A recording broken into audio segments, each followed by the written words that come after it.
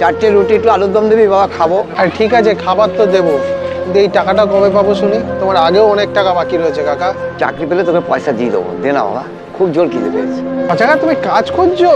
আগে বলবে তো। আসো, তোমায় আমি কাজ দেখাচ্ছি, তোমার জন্য একটা ভালো কাজ আছে, আসো।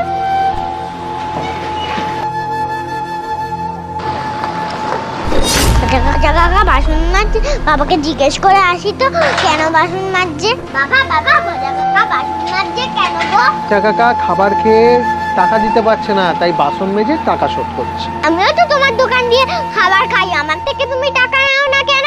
আরে তুই তো আমার মেয়ে, আর পচা কাকা তো। কি থেমে গেলে কেন? পচা কাকা পর, তাই না?